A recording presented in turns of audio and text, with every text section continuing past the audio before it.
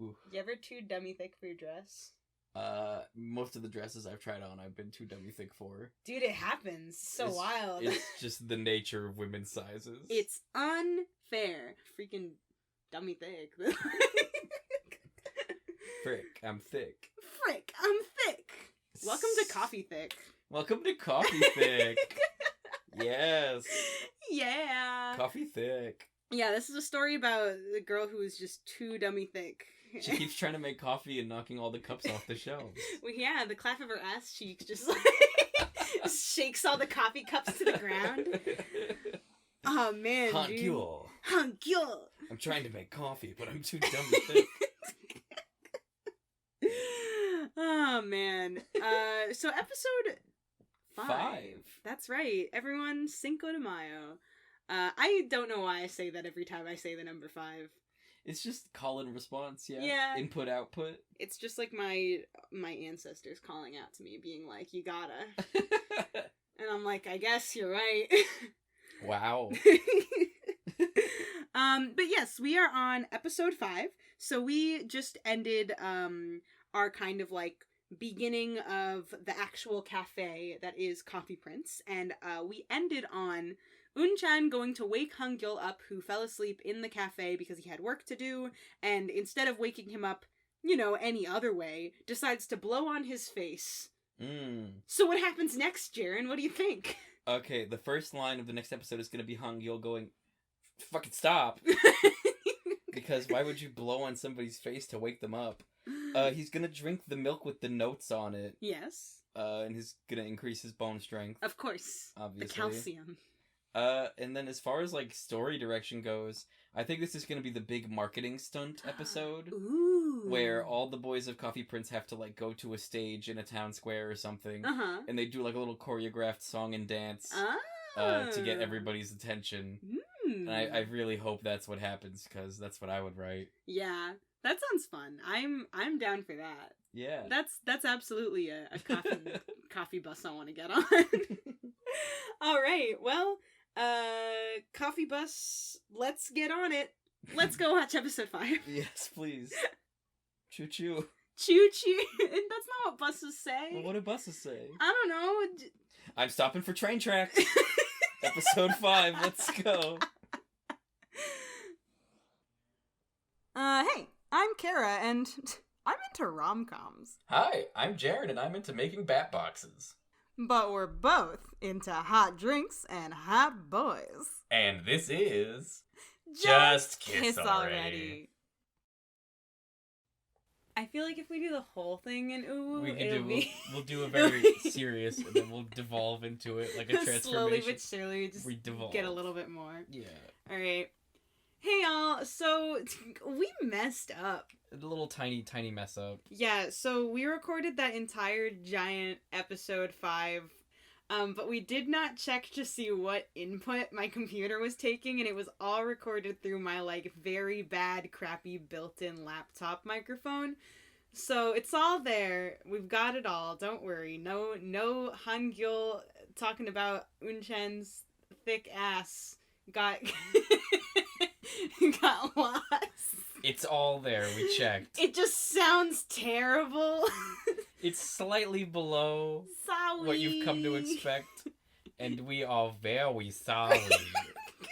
We made a fucky what? We made a little fucky wucky. I did my best to try and, like, edit it so that it sounds a little bit better, but it's really not good, so sorry about that. You're getting it anyway. Yeah, and if you can live through that, you can live through anything. And then at the end of that, there will be a very good reward, because the next episode is episode 6. Yes. Which is very good. So, again, we are sorry. Sorry. But without further ado, here's bad, sad episode 5. Alright, Rama, Ruma, Numa, whoo, doo doo. Like, I can't even say. No, I like the Rama Rooney Dooba Doo. Thank you. Yabba dabba. I worked hard. I worked hard on that one. So we're back. We watched episode 5, and now we know Yeah. We know that unfortunately we do not get a cool, fun. Not this episode. No dance and promotion montage. At least in episode 5. Yeah. We still got 12 left. Yeah, dude, we got plenty of time if there is gonna be one. But so we cut back. We're back at the beginning of episode 5. Here we are. Han Gyul unconscious. Eun Chan blowing in his face and putting milk down. Yeah. And then Ha-Rim very confidently coming downstairs and going, "Aha! I see you're blowing in each other's faces, as lovers do." Yeah, so Han Gyul wakes up and is like, "What? What?" Wait? And then Ha-Rim, perfect timing to tell them that they're lovers. And then Eun Chan is like, "Bah!" and like backs up. Oh, yeah. You know. And then we see the notes on the milk carton in close-up. And it's like, "Here's your birthday drink. It expires in 3 hours." Oh my god, yeah. I was like, wow, cool. Sick. And he goes like, "Oh, if I drink this and it makes me sick, I'm gonna fire you." And she like takes it from him. Yeah, she's like, "Well, don't drink it then." Don't drink it then. And Ha-Rim is like, "Oh, you guys are cute. Are you going out?" Yeah, Ha-Rim just like won't stop with this like, Hey, hey, y'all lovers? Oh man. And then they go, "Why are you here?" Yeah, they're like, "Hey, also what?" What? It's like, ass crack of dawn, what's going on? And he's like, you know, and he just kind of like leaves it as that. "I'm just temporarily homeless." Yep. Before we even find that out, though, we have to cut to Yoo-Joo and Han-Sung, who are getting ready for some kind of event, it seems. They're riffing around in the closet. She's like, "Pick my clothes for me." Oh, God. That pissed me off. As anytime we mention Han-Sung, I'm going to be able to say that. So, like, she's nervous about having to explain why she's back with Han-Sung. Mm-hmm. Which is, it's a weird situation, I'll admit. Fair. And then Yoo-Joo's mom calls her and says, "Oh, you don't gotta, like, come to my wedding." Okay, yes. So Yoo-Joo's mom calls, and Yoo-Joo does not pick it up. It goes straight to voicemail. And they just kind of, like, stand there listening to her leave the voicemail. And, yeah, it's got this message on it that's like, "You don't gotta come to my wedding. Hey, is there any reason you're not picking up my calls?" And Han-Sung is like, "You gotta pick it up?" And she's like, "Nope. Not gonna do it." I don't want to talk about it. Yeah. Which is whatever somebody says in this show when they just want to hold that information till a later date. You know. Like, there's so much I need to know, but it's just been waved away with, like, "I don't want to talk about it." Yeah. Which, fair. You're valid for not wanting to talk about all your problems. But I want to know what's going on as a viewer. I would like to at least get the promise that I'm going to learn later. Mm-hmm. So she asks him to pick. Like, "Oh, do you want this outfit or this outfit?" And he goes, "They're both good," which pisses me off. It really makes me angry. I, too, am always unhappy when I ask someone to choose an option, and they go, "You know, any of them." I'm Non-answers are the what worst. I asked you. Oh, God. I've gotten really mad for things like that. I'm like, I literally gave you 2 options. I think I hate the most when people give me a third option that I didn't list. I'm like, no, I gave you 2 options. It's the Please wrong pick move. one. Like, if you don't have to worry about making the wrong answer, because the best thing about those situations are, especially with clothing, and if somebody's asking you, you pick the one that you like best, and then that helps them know how they feel. Yeah. Because if they're like, "Oh, I kind of like the other one," then now they know. Then you're like, "See, now you know that you want the other one." Yeah. Exactly. So, like, he's just being bad boyfriend. Yeah. Like, he's sitting in the chair at Macy's. And he's like, "I just want to get out of here. Pretty. Please, Yoo-Joo, Auntie An's is closing any minute. I want my pretzel dog, Yoo-Joo." Oh, man. So then we have a little, just like, tiny little thing at the end of this scene that kind of kickstarts what's going to be happening throughout the rest of the episode between them. But Han-Sung sits down as Yoo-Joo goes to change, and he picks up a magazine, and he opens it up to this article that's about Yoo-Joo.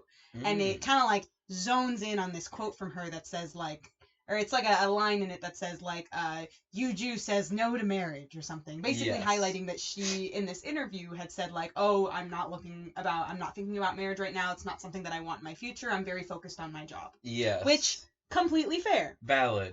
Probably not a fun thing to see as a significant other if that's, like, what you're thinking about and what you're wanting. But Han-Sung doesn't go, "Hey, Yoo-Joo, can we talk about this?" He, like, stores it in his heart, keeps it for later, decides to just kind of brood. Objection. Yes. I don't even think he knows how he feels about marriage, because they never address his feelings about it. It's always just done in relation to Yoo-Joo doesn't want it. Okay. Regardless of if he knows his feelings about marriage or not. He should have been like, maybe this is something that we should talk about as a couple, Yes. because it is obviously bothering him to some extent. Oh, Whether totally. it's if he wants to marry her, or he just doesn't, which we'll get to what happens later. I hate his stupid but face. He takes it, and it's like, this is just common rom-com shit. Like, the biggest thing that, honestly, I feel like I have learned from just endless rom-com content my entire, like, life is that every single problem always starts with the fact that nobody talks to each other. Ever. That's why I really love the name of the podcast, Just Kiss Already. Because it's like, it's what we want as the audience, but it's also just be open and honest with your emotions. Y'all can't see it, but I was, like, shaking my arms vigorously because it's just so, like, oh, man. I love this stuff. Like, I love it. I love when it's cliche. I love when it's trash. I love it. But also, god damn it, Han Sung, just freaking talk to... Anyway. It's done really well in this show, I'll say, compared to some of the other stuff I've heard about. Yeah, I think so too. We have good foils in these other characters who actually are, like, Yuju foiling to Han Sung, and Han Gyul also foiling to Han Sung is really important. So, that's the end of that scene. He just kind of opens the magazine, he sees it, we see him maybe make, like, a little bit of a face, and then he closes it. And then we cut to our breakfast boys having breakfast. It's Han Gyul, Harim, and Eun Chan. And they're basically now kind of like, they're talking and they're being like, hey, Harim, what? Why are you sleeping at the cafe? And Harim reveals that he's been kicked out of his house. Yes. His family, he says, wants him to take up the knife and join the family business. Yeah. And Eun Chan kind of goes like, oh, are you a butcher? And he goes, butcher? And then he kind of gets cut off, but I wrote here, I was like, ooh, is it surgery maybe? Because people say going under the knife is an expression. Yeah, that's what I wrote down too, just because of the fact that when Eun Chan says, like, oh, you're a butcher, they kind of are like, what? No. And then, like, it's these two rich boyfriends. I assume that it probably means he comes from a family of doctors. I was thinking even more specific. I'm going to put my money on plastic surgery. Oh. Like cosmetic. Yeah, but maybe. In this breakfast scene, the first words of the scene from Harim, he says "Ugyoji gabitang," which is a short rib soup commonly served at weddings. And he's like, "How humble." And I might be me reading into it again after my little Wikipedia dive on it. But like, we love him. I think it's just very cute to have like characters eating like wedding soup or whatever. Yeah. Like, especially because I really just want this ship to come together. As fast as possible. Get Eun Chan away from Han Sung. To just pick her up, put her next to Han Gyul. Just feed them. Oh man, I'm gonna get really into my Eun Chan Han Gyul feelings later on. But for now, we're having our breakfast. We're talking to Harim. He reveals that he's been kicked out of his house. He doesn't want to go into the family business because he has his passion that he wants to follow. And then the conversation moves forward a little bit, and then Eun Chan is like staring at Han Gyul's plate, just like with just hunger in her eyes, and he's like, God damn, here you go. Like, he's like, do you want some? And she's like, can you give me one of the ones that has meat? And he's like, yeah, and he gives her all this food, and she gets real excited about it, and he's just like staring at her with this just... I literally wrote down just he's got hard eyes, because he's just like looking at her and smiling and laughing. Aww. And it might not even be like, but he's like, it's so good. That was something that I missed in this scene, because really? I was fixated on something Harim said, because Han Gyul was like, why don't you just come live with me for a bit? And Harim is like, living with you sucks. You just nagged me, you asked me to finish all my food, you told me to put my dishes away. And I'm like, he knows what it's like to live with Han Gyul. Yeah. So I want to hear more about like this cool past that they have, especially based on something that gets said later, which we'll get to. Yeah, I do very much wonder if it's because these are all of the details that I've since forgotten since watching it a couple years back. So this is all stuff that I'm like, oh yeah, I don't remember exactly what Harim's family does and like the exact history between them as friends.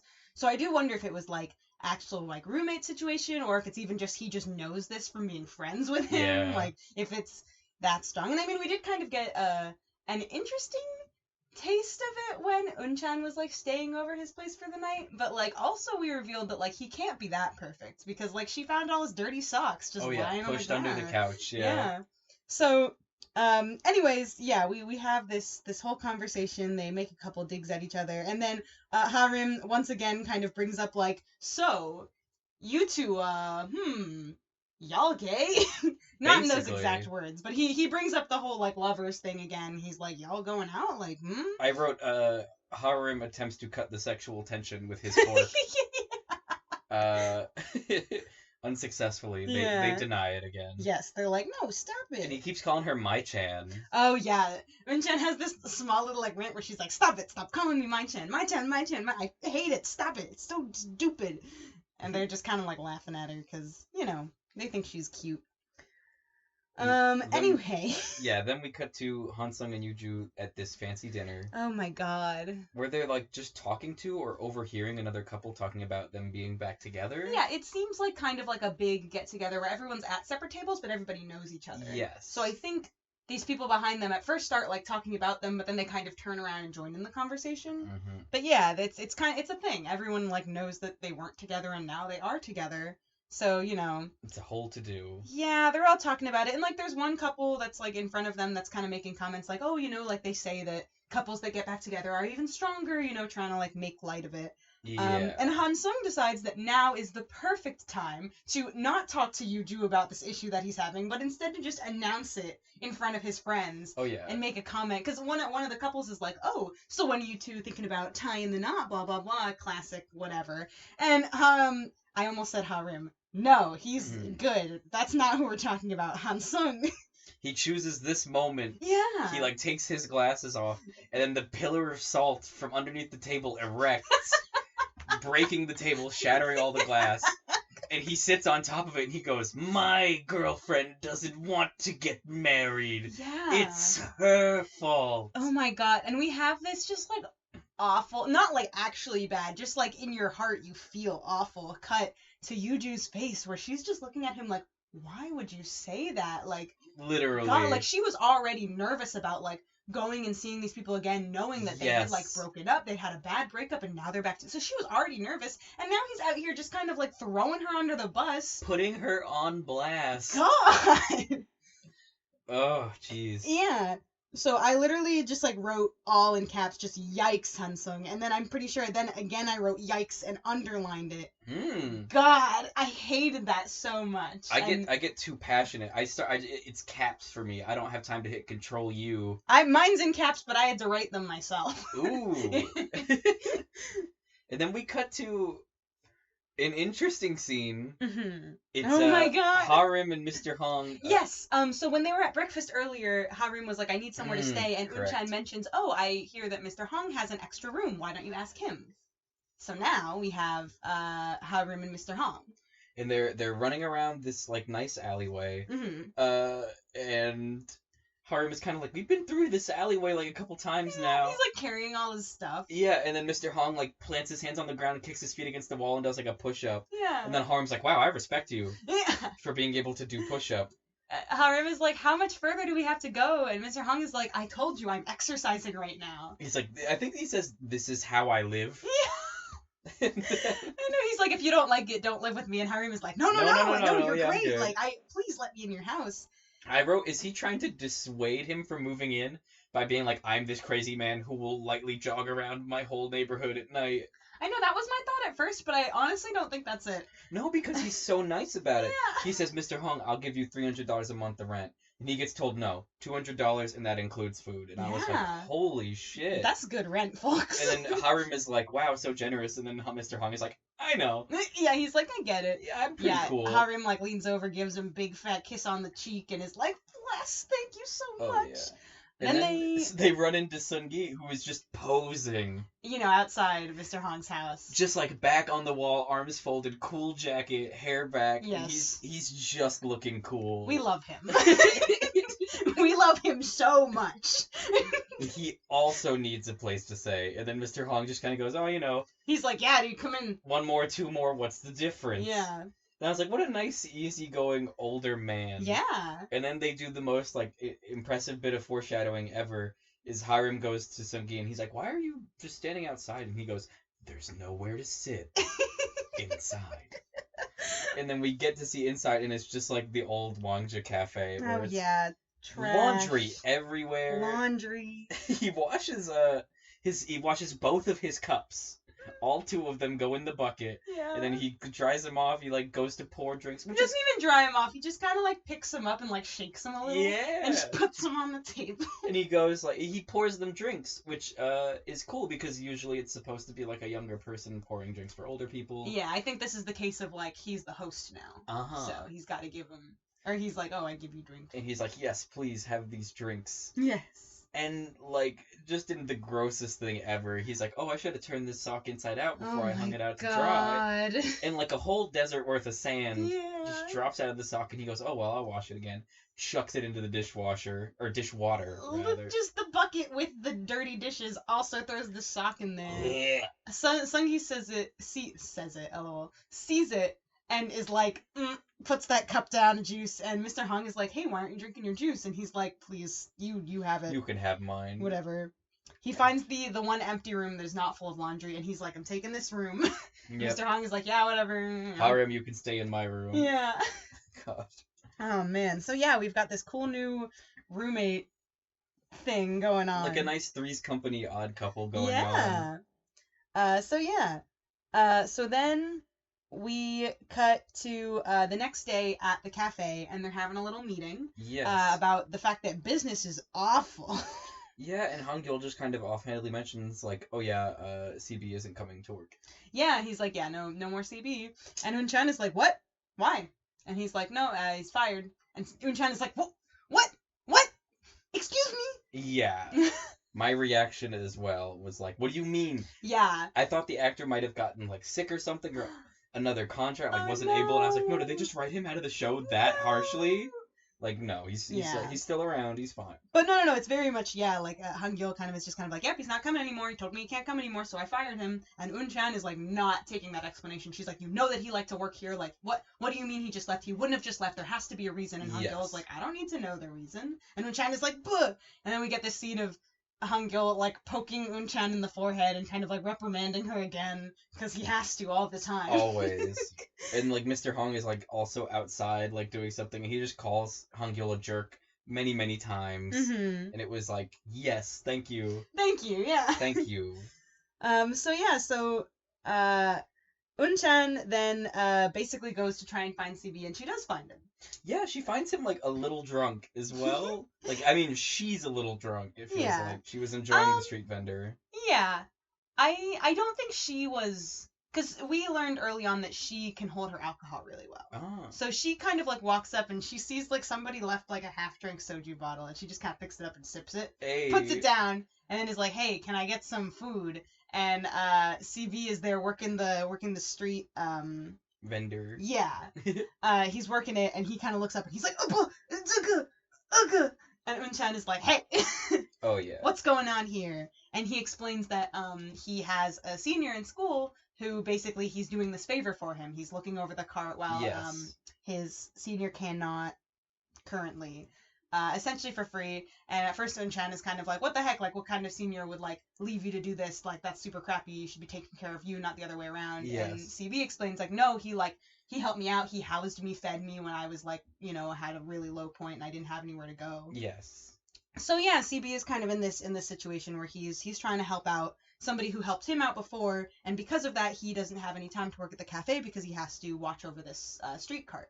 Yes. Which, my heart for CB grows bigger every day. Me too, because she was like, we've been trying to contact you. Mm-hmm. And he goes, I dropped my phone in the soup. Yeah! He's like, I can't hear my phone. And then there's this weird bit where he, like, opens the stinky fridge to get the chicken, and I'm like, what's going on? Yeah. Because, like, everybody's reacting to the smell, but everybody's eating the food like it's fine. It's funny, yeah, he opens it, and Eun Chan's initial reaction is to be like, oh god, this smell. But then when he closes it, she's like, sounds good. Yeah. And I'm like, what? So I don't really know what exactly that meant. Neither do I. I think it might have to do with because they were talking about how they're making chicken feet. So maybe it's like, oh, this is a food that, like, when it's not cooked smells awful, but, like, Eun Chan smelled it and was like, ooh, but I do like chicken feet, and was like, I want it. And she makes a comment also that her sister, Eun Se, likes chicken feet. Yeah. And CB is like, what? First he's like, she wouldn't eat that, she's an angel, and this is crummy street food, freaking gross. But then he's like, wait, really? Was it chicken feet? Because in my translation I got drumsticks and gizzards. I got chicken feet. Have you ever had gizzards? I don't think I have. They're very good hot. You have to, like, cook them for 24 hours, and if you Yeah. let them sit, they get hard, and, like, it's just a pure ball of cartilage. Oh, man. Like, I love all the weird, like, pluck stuff from chicken, like liver Yeah. and hearts. It's so good. I don't think I've ever had gizzards. I think I've had liver before. Like, I feel like I've been to some kind of a restaurant where it wasn't like a main dish, but it was like a thing that they gave you. It's like, you know those, what's it called? The hibachi ones where they cook in front of you? Yeah. Yeah, there's a chain, where I'm, like, back home for me, and, they, like, just give you this little, like, liver patty, just kind of, like, That's as pretty part of the cool. experience. Yeah, and they're really good. So, man. I don't know if it's chicken liver or what kind of liver it is, but it's every time I get them, I'm like, It's a very good source of iron. And then, good. even weirder, I want to mention this now, we'll come back to it later. Okay. They show Unse just, like, eating, and it looks like she's just eating a chicken wing. And I was like, what the fuck? Because that's none of the 3 things we've been told. You know? But anyway, then Eun Chan, some people come up to the stand kind of being like, oh, you know, we want food and drink and whatever, and Eun Chan ends up helping CB out. Almost instantly. Yeah, honestly, it really warmed my heart to see her literally just kind of be like, get back there, start cooking, I'll, like, take their order. It's just such a natural thing for her to be like, okay, well, now we're doing this together. Again, I keep always saying this, but it's going to come into play later in the episode, because, like, it's an infectious teamwork attitude. Yeah. So then we cut to our favorite boy, Sweeper. Yeah. Followed soon by our least favorite boy, Hansa. They always have to come at the same time. They co-occur. Unfortunately. He's just waiting, and I go, oh no. Is he waiting for Eun Chan to come by? But then he calls her. I know. And he's like, hey, Sweeper is waiting for you. And I literally wrote down, nice try, Han-sung. He checks himself, though. He goes, no, I mean, I think I miss you. Oh my god, yeah. And then he says, I'll wait for you. And Eun Chan is so happy hearing that. She, like, sings it, like, the way she was singing his phone number. She's like, she's he's like, gonna wait for me. He's gonna wait for me.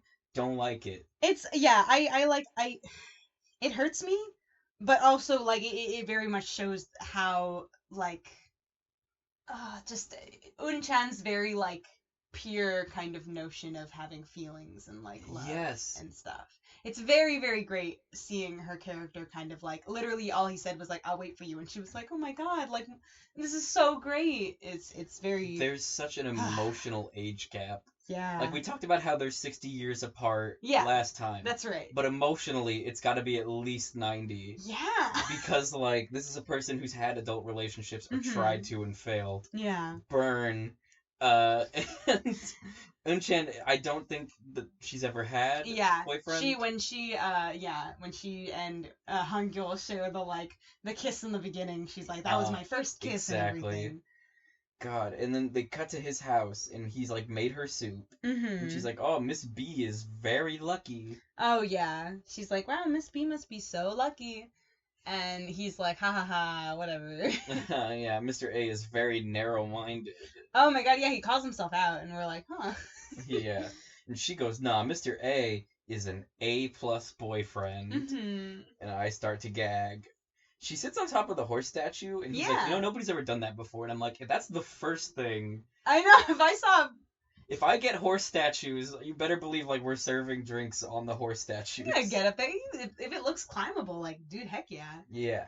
But yeah, so we have this little, like, moment where she's like, oh, like, come sit on the horse statue, and they're eating, like, ice cream, or, like, ice pop of some sort. And yeah. She talks to him about work, and he's like, oh, isn't it hard, like, hiding your femininity all the time? And she's like, no, I'm pretty good at it. And he's like, oh, well, you know, you're pretty. Yeah, he calls her pretty, and she, like, we can see how much of an effect that has on her. Oh, yeah. Like, he's like, I think you're pretty, and she's like, but then he invites her to this art exhibit that he's going to, that I believe Yuju has, like, at the art exhibit. Yes. And so he's like, hey, come with me. And she kind of starts going off on this, like, big self-deprecation thing where she's just kind of like, oh, no, like, someone looking like me being there with you, like, you would be embarrassed because, like, I would look so awful. And he's like, what? No, come with me. And she ends it on, "I'll try my best to be pretty so you won't be embarrassed." And I wrote that down and I put a sad face next to it. And I also wrote in all caps, "Eun Chan, no, you are cute." Very. I'm so upset. He like kind of ends the scene by telling her like, "Oh, you make people feel good." Yeah, in my translation it was, "You have the power to make people happy." Ooh. And I wrote that down because I was like, that is a really great compliment. It is. I feel in my heart. And but it's coming from a snake. Oh, God, but you know that it's true. You know it's true. You know. God, a broken clock is right twice a day. But yeah, I did write that down because also that's very much like he says that to her and she kind of like grins and is like, oh, like you can see like the blush kind of like come into her cheeks and she kind of like bows and like runs off. She's like, okay, bye. Before we cut from that though, they talk about work in Han Gyul and she's like, I don't see the good in him, and he says like, you will eventually. Yeah. Like he like implying that Han Gyul is always very like reserved or like standoffish at first, but this is cousin who's known him for a while. He's like, eventually you will see his good side. Yeah, he does. He talks Han Gyul up a little bit, which is good to see. So then we cut to CB calling Eun-se. Yes, that's right. So he got the tip from Eun Chan that she likes the chicken feet, or maybe whatever else. I want to take a moment to talk about something because this is like this show. I'm realizing there's a lot of relationships going on. Yeah. And we see like pretty much all of our characters so far, except for Harim and Seung-gi, are like in a relationship or trying to be in a relationship, and the complete differences between them, because you have Han Gyul, who is like super like devoted to Yuju. He knows like how to take care of her and what to appreciate about her. And then you have like Han Sung and Yuju, who it's more like, I like the prospect of being in this relationship more than I think I like it more than I actually do. Yeah. And then you have CB, who is a well-meaning buffoon. Who his expression of affection is always, I learned what Eun-se likes and I want to help her do that, or I want to give her these chicken wings. Like it's these different levels of like giving someone what they want versus what they need. And it's so interesting to me because I didn't notice it really until CB like hears about this chicken wing thing and then he acts on it, and I'm like, that's so pure, but also a little like infantile, just to be like, oh, girl like chicken wing, get chicken wing. You know, they're in high school. I mean, like, I forget that he's a high schooler. They can be baby. It's fine. It's okay, you're right. But yeah, no, it's definitely like very, very contrasting to like this, because we have this established relationship between Han Sung and Yuju versus the devotion of Han Gyul to Yuju, and it's very much just kind of like adult love thing going on. Versus when we have CB and like being in love with Eun-se, it's very much like he's like, oh, like I drew her a picture. Do you like the picture? And oh, she wants to go to school. I'm gonna help her get money. And like, oh, she liked chicken. I get her chicken. Like it's very interesting to like see it in front of our eyes. It's like the level of respect they have for their partner, because CB is definitely putting her on a pedestal. Yes. And I think it's similarly Han Sung is also putting Yuju on this pedestal. Yeah. Where it's like, if he attains Yuju, he will be happier, but nothing we can ever do will ever make Han Sung happy. Yeah, that's right. Han Sung is So anyway, yes, we cut to this pivotal moment in the episode where CB is calling Eun-se and he's like, hey, heard you like chicken. I got you chicken. And Eun-se is at the bathhouse. So she's like, I'm somewhere that you can't be in. And he's like, what? Where are you? I'll go anywhere for you. Yeah. And she's like, well, the ladies' bathhouse. You gonna come in here? And so he kind of decides that he's gonna come outside it and wait for her to leave. Just wait outside. And before we cut to him actually being there, we get a little shot that Eun-se is there with her sister, Eun Chan. Yes. So Eun Chan basically turns around, she's got a towel, and she's like, all right, I'm going in, like, meet me in there. Then we cut to CB sitting outside, and we know exactly what's going to happen. Oh, I didn't know until it happened. Really? Oh, I was completely taken by surprise with this. I think I knew, I mean, like, yeah, obviously I knew already that this happens, but also just, like, that cut to Eun Chan specifically being like, I'll meet you inside right after we know that CB is on his way to come. I was very much just kind of like, oh. So yes, they first Unsei walks out of the bathhouse, and CB runs up and is like, "Here, look, I got you chicken. My angel, here are your wings." Yeah. Oh my god. Yeah, exactly that.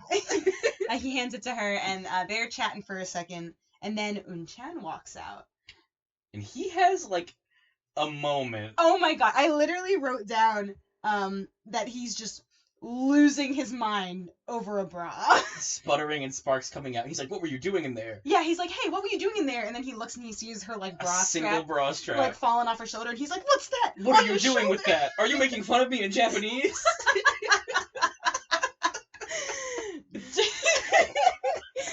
Oh my god. So yeah, he's losing his goddamn mind that Ooh. Eun Chan is wearing a bra. Yes. And she literally is like, God damn it. So she, like, takes him, and they basically sit him down at one of the tables outside the convenience store. And she's like, it's time to have a talk, CV. And he's still kind of like, he's literally like, as they're dragging him away, he's being like, your shoulder! What is on your shoulder? Why do you have that? He gets, like, a cool 2001 A Space Odyssey montage where they just show him, like, at the table with them and say eating the chicken wings. And it's just cutting to all these moments where he's done things that he's now realizing in retrospect were kind of weird. Yeah. And he's like, oh my god, I even kissed you. Yeah, he's like, I saw you peeing standing up. And she's like, Which I wasn't. we did not get an explanation. I have a feeling it was just like, oh, she was like, got a She just boy. stood with the zipper down, and then when somebody came in, was like, finally, see ya. To make it that much more convincing. Maybe. What a master Honestly, plan. I wouldn't put it past her. That's like some Death Note shit. Yeah, so CB finds out the secret, and Eun Chan is like, she's got to do something to get him to keep it. So she essentially takes Unsei and just kind of, like, throws her under the bus, and is like, listen, CB, you're trustworthy, alright? I like that. I think you should continue to see Unsei. And he's like, what? My angel, what? And she's like, yeah, you know what? I think that you guys would be really good. And she's kind of just, like, pushing it on him, being like, but you know, you can't let anyone find out that I'm a girl, because that wouldn't be good. She's like, listen, this is good for you, because look, I'm not Unsei's boyfriend. Better yet, I'm her older sister, so if you want to get with her, you gotta be on my good side. Yeah. So she's very much, like, taking it, and Unsei is literally, like, eating the chicken going, what? Literally, like, what are you doing?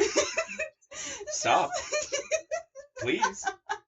I don't want this. Oh god, it's so Well, it's funny. more like she's got the mouthful of chicken wings. She's like, what are you doing? God. So yeah, Eun Chan essentially, like, sees Unsei and is like, oh, I know how to get him to keep my secret. And she just kind of, like, picks her up and throws her to CB and is like, here! There was such a cool moment because she's like, listen, I'm not your rival anymore. Yeah. And that was a really cool moment for me because I liked their rivalry so much. I like that CB comes into a situation where he's like, look, this person likes you more than me. I'm going to fight you. Like, I just love that energy, and I wish we could have had, like, a fight scene before this rivalry ended. Ooh, well, now we just have the opposite of a rivalry. Yeah, like, we have, like, an extreme camaraderie, kind of, like, against Eun Chan's will. It's this really interesting, like, she says, oh, I think you're dependable. And I think he kind of internalizes that. He's like, oh, I have responsibility now to make sure nothing, because I know she's a girl. Yeah. And we're going to see how that manifests awkwardly. Yeah. So then we cut to, back to Coffee Prince, and we find out that, the water is out at the cafe. It's not working. So they're kind of, like, talking about it. First, Han Gyul wants to keep business open for the day. He's like, why don't we just use bottled water? And being a real bitch baby about it. Yeah. Eun Chan, voice of reason, kind of comes in and is like, what do you mean? Like, making coffee and washing dishes and the bathroom and all of this stuff with bottled water? What? What? Like, no. And Harim pops in, sees the opportunity, and is like, hey, listen. This is a chance. The water is out. We can't have customers. Let's go on a vacation. Oh, yeah. Big brain Harim. Yeah, he basically is like, hey, listen, I've got a really good idea for the plot of this episode. He holds out the coupon that you get whenever you make a show, and it says 1 free beach episode. And he's like, we can cash this in right now. I don't care if we're only 5 episodes in. We've got the main cast. Yeah. Everybody get your swimsuits. So, yeah. So then we cut to Han Sung is accompanying Yuju at this interview that she's at. Yeah. And Yuju is just, like, talking to the interviewer about, like, her inspiration behind her pieces, you know, probably normal artist stuff. And we cut to Hansung, like, waiting, just kind of, like, waiting for her to be done. Back in the Macy's chair. Yeah. And these two girls walk by him, and they are making comments about, like, oh, like, I heard that she was, like, sponsored by DK, Donkey Kong. Ooh. Yeah, they're like, oh, I heard that, like, that was her sponsor, and they're like, oh, didn't she, like, break up with him, though? And they're, like, basically gossiping You got about... sponsored. Yeah. My translation, isn't DK her sugar daddy? Oh! I mean... Ooh, and then they just cut to Hansung's face, and it changes. Yeah. And I wrote down, I'm afraid this is going to tilt him. And, like, they're doing this great pacing where we see, like, the barest snippets, like, literally less than 2 minutes at a time from these characters. But it's just building this tension each time. I'm literally so mad. I'm so mad. And I'm like, not actually mad. I'm mad. Oh, yeah? No. Because I'm not like, wow, like, I'm legitimately pissed, like, because I'm mad, but it doesn't make me dislike this show at all. If anything, I kind of like this show more because it's making me so mad. It's giving me something to be like. I said last time that I really, really like when a show kind of like hits me around like I'm a freaking Pinata? Yeah, literally. When it like, oh, I was gonna say tetherball. When I'm like, Ooh. I'm the ball on the tetherball, and it's just punching me back and forth. Some kid's doing cherry bomb, whatever. Like, what is cherry bomb? It's when you grab the string instead of the ball and you like hit it with all your might. And you go cherry bomb. I don't think that's regulation, but you know, continue. But yeah, it's beating me up. I like the fact that I can be angry at a show without disliking it. Because there are some things that I've watched that I have been angry at, and it has made me not like it because that's the only thing that I get. Is there's like, it's giving me this main couple that I don't like and that I'm unhappy with how they're treating each other.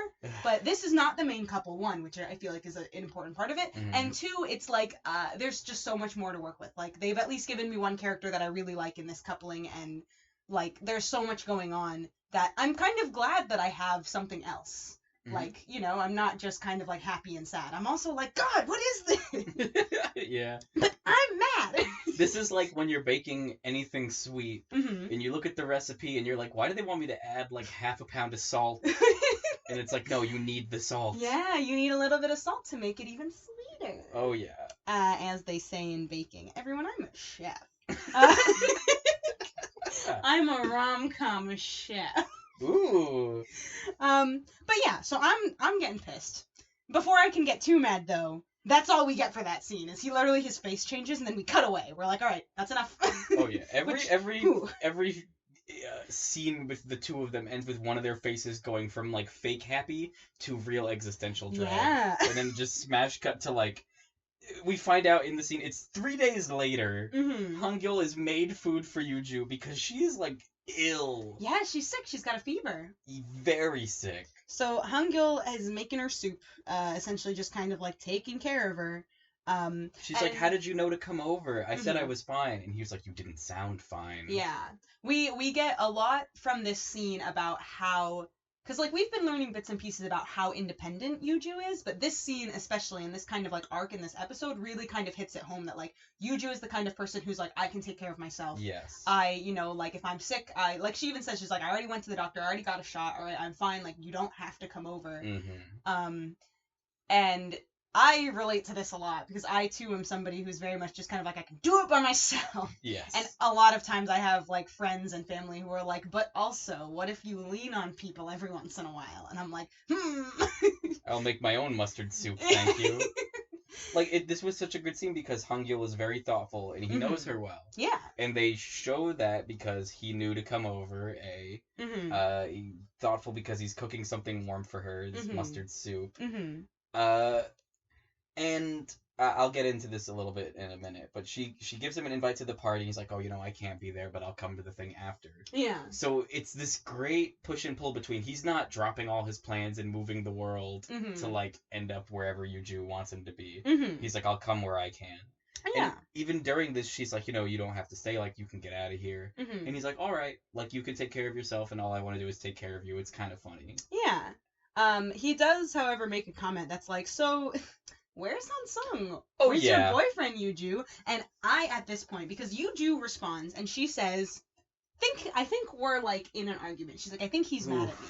And he's like, what do you mean you think? You guys fought? And she's like, No, he just, like, I've been trying to call him and he just hasn't, he's been ignoring my calls, so I'm pretty sure he's mad at me. And I wrote down in all caps, because I was pissed. I was like, Han Sung is mad at Yuju because he heard people talking about her relationship with DK. He saw an article in a magazine about how she doesn't want to get married. He's essentially taking all of these bits and pieces of information, creating an entire story in his head, and not for one goddamn second thinking, Yuju, my girlfriend, maybe I should just freaking talk to her. Nope, can't do that. We gotta just get mad and then ignore her for 3 freaking days, in the process of which she gets super freaking sick, and she's just kind of calling him to be like, hey, why don't you come over? Like, Yuju, this very independent person, is literally calling him and being like, hey, come over. Freaking, and he's too busy creating this stupid scenario in his head, getting mad all by himself. For 3 days. So mad. 72 hours of neglect. Oh my god. He, like, removed her from the relationship because he doesn't even have a relationship with Yuju. He has a relationship with the idea of Yuju, to the point that things people have said about her in the past tense are just causing him to abandon. Like, what the actual fuck? I got even more mad, too, because in the next scene, we cut to Han Gyul driving home, and he calls Han Sung and is essentially like, hey, go take care of your girlfriend. Like, what are you doing? Go talk to your girlfriend. And all it took was Han Gyul to call Han Sung for him to come over and talk to Yuju. I'm so upset that this freaking man had to have some kind of, like, he literally had to have his cousin call him and be like, talk to your girlfriend. And he literally was like, oh, okay, somebody else is telling me to do it. He couldn't just talk to... What is the point of this relationship? When Han Sung gets called, they cut to him. And I wrote, like, oh, he's just, like, playing Minecraft in his cool little gaming PC area with a little blue light on. And, like, I wanted to shout out how good Han Gyul is, because he is... Like, he knows what Yuju wants us to be supported by Han Sung. Yes. So he's not, like, trying to take the credit for himself and be like, I'm the one supporting you, like, he's not here. Yeah. He's literally, like, going out of his way to be like, listen, like, you should go over there. Yeah. The same thing with him, like, he's not trying to swoop in at any point. Yeah. He's not waiting in the wings. He is literally just, like, trying to give this person what they want, even if that's not him. Yeah. And I'm like, that is such a nice character. Unassailably wholesome, I would say. It's very... Yeah, I feel like in this episode, my love for... We all know that my love for Eun Chan, off the charts. CB, off the charts. I like Han Gyul a lot, but this episode, I feel like, is the point where I start to really, like, he's starting to reach Eun Chan levels of, like, God damn it, I love this character. Yes. For completely different reasons. Yeah. They're not similar people. Yeah. And it's so good. Anyway, my hate for Han Sung is also off the charts because I'm so freaking mad at him. I've been here for a while. I'm glad you're up on the top of the mountain now. I feel like I already disliked him, but, like, before I was kind of being like, you know, he's also in a bad place. I'm so upset at him this episode. I cannot believe the way that he acted. I can believe it, but I cannot believe. I can believe it. I cannot abide by it. We're, like, stacking the cobblestones to the stairs. Oh my god. Oh. But yeah, so Han Gyul is like, please go talk to your girlfriend. So then Han Gyul rolls up at the street vendor. Yes, that CB is working, and he finds CB and Eun Chan working this streetcar, and he kind of walks up, and he, like, as he's walking up, is like, hey, do you guys even want to work at the cafe? Like, what the heck? What the heck, guys? Come on. Yeah. Oh man. Gosh. I wrote Han Gyul comes by to berate her because it seems like the only time he gets out of his car is just to walk over to Eun Chan and be like, what are you doing, dummy? What, you don't even work this hard for me? Yeah. And I wrote, CB has a good heart because he doesn't want to admit that he still wants his job. Yeah. Like, Eun Chan says, you should have just asked for a couple days off to cover for your friend. Yeah. And he's like, well, you know, I really like this job, but I don't know what I can offer. And you can see that, like, all the shit that people tell him, he's internalized it, and he has a low self-opinion. Yeah. Which is the worst thing for him to have, because he has a good heart. I hate that my, like, two most favorite characters, Eun Chan and CB, are the two with, like, the lowest self-esteem. Yeah. I'm so upset about it. But the good news is... Oh my god! The good news is, it's a dog's birthday party at this street vendor. He's wearing a hat. He's got a little hat. It's a little golden retriever boy, I think. Oh, man. So, yeah, Han Gyul comes in, and one of the, there's, like, some people celebrating this dog's birthday, of course. And one of them tries to order some, like, egg rolls. Not like egg rolls that we think rolled of it, egg. Like rolled egg. Like Yeah. it's like an omelet. Yeah. And Eun Chan and CB both do not know how to make them, and Han Gyul is like, really? Move over. And he ends up helping, and so he starts making them. So they're all working this street cart together. It's going great, but then the dog runs into the traffic, and Eun Chan is like, oh no, the dog, and runs after it. Like full fucking speed. Yeah. Like zoom, and then Han Gyul teleports behind her. Yeah, it's literally like the dog runs. Eun Chan sees the dog, runs. Han Gyul sees Eun Chan, runs. He like grabs her by the midsection, and like the way he pulls her, I thought it was gonna be a full German suplex. Like he was gonna bridge his back and slam her head onto the sidewalk, but no, he safely kind of like sits down. I think he hurts his back. Yeah, so when Eun Chan is running after the dog makes it across the street, but when Eun Chan is on her way to get it, a car comes up, and kind of like Eun Chan jumps back, and Han Gyul kind of like swoops up to like take her out of the line of sight, and he basically falls back and rolls. Yes. So he hits his shoulder, and she hits her hand on the pavement. So basically, they end up on the ground, and she like picks up her wrist, and it's like, you know, all scratched up and bloody. It's like big boy bleeding too. Yeah. Like that was like it looked gross for me. Yeah. So she kind of like stands up, and we see a little like, oh no, like my wrist. The dog is okay, by the way. Yes, we cut to the dog, and he's fine. He's fine. He just had the case of the zoom. He feels guilty. You can tell by the look in his eyes. He's like, oh no. His hat has fallen down a little. He's These like, people got hurt because of my actions. So then we cut to kind of like the end of this little night shift, as well as this birthday party, and like the people who were celebrating like give Eun Chan a cake. They're like, hey, this is for you. Yes. And she's like, no, and they're like, no, please take it. Like, thank you for chasing after our dog. Yeah, like, Eun Chan literally takes the cake. Yeah, so she takes that cake. She's still trying to work, and Han Gyul is like, homie, yeah, stop, yeah, please. Han Gyul walks up, and he's like, you are hurt. And she's like, well, it's not, whatever, like, it'll heal She's tomorrow. like bleeding all over the dishes. Like...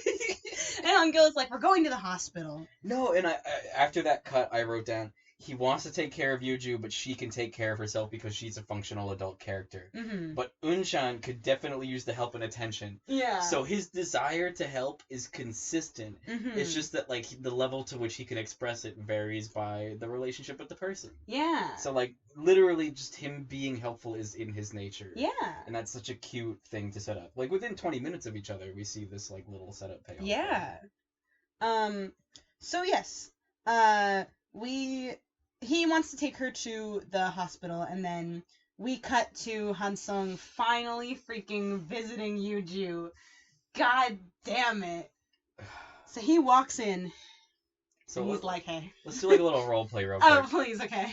You've been ignoring your significant other for 3 days. Okay. Because you got mad about something they didn't do. Okay. Just things you heard. Okay. They want to know why. Okay. Why didn't you call me? What's your line that you hit them with? You love work more than me. And I'm never gonna come to terms with that. what a my baby. God. He's literally like, I guess I'm having a hard time dealing with the fact that you love your work more than you love me. I just don't understand why I'm not your first priority. Oh my god, Andy. Freaking... Wow, I can't believe that Yuju has a profession and a passion that she loves and cares for dearly. And that's literally it. God damn. And that she's independent and she can take care of herself, I guess. And then he goes like, haha, I'm such a loser, aren't I? And she goes, yeah. In my translation, it was literally, he was like, I'm crappy, aren't I? And she just goes, you are. And then I hated this. I really hated this. I know.